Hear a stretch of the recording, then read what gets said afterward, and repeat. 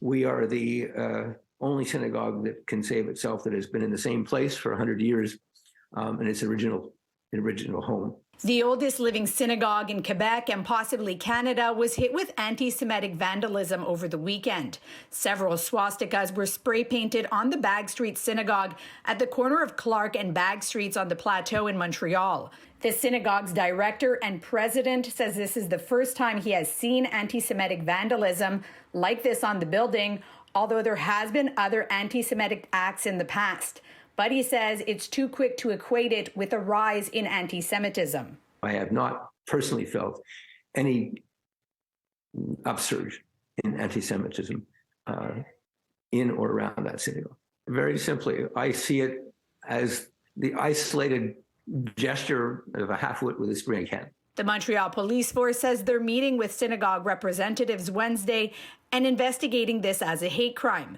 B'nai Brith Canada says data shows anti-Semitism is on the rise in Canada and worse in Quebec. Anti-Semitic crimes increased by 20.7% in Quebec in 2020. This is an overt act of hate aimed at the Jewish community. It's unacceptable. It's appalling.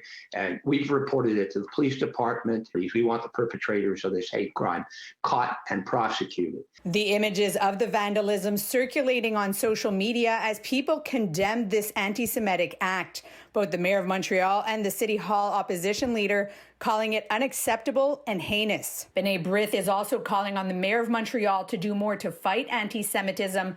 They would like the mayor to mark Holocaust Remembrance Day on April 18th with a declaration and by inviting members of the Jewish community to read names of Holocaust victims, a practice the former administrations did.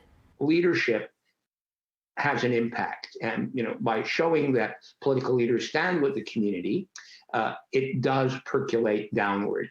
The mayor responding on Wednesday without addressing specific requests regarding National Holocaust Remembrance Day. There is no place for that kind of violent actions, and for sure I'm standing behind a community that is going through a shock right now, and we are shocked too. In Montreal, Tenneriello, City News.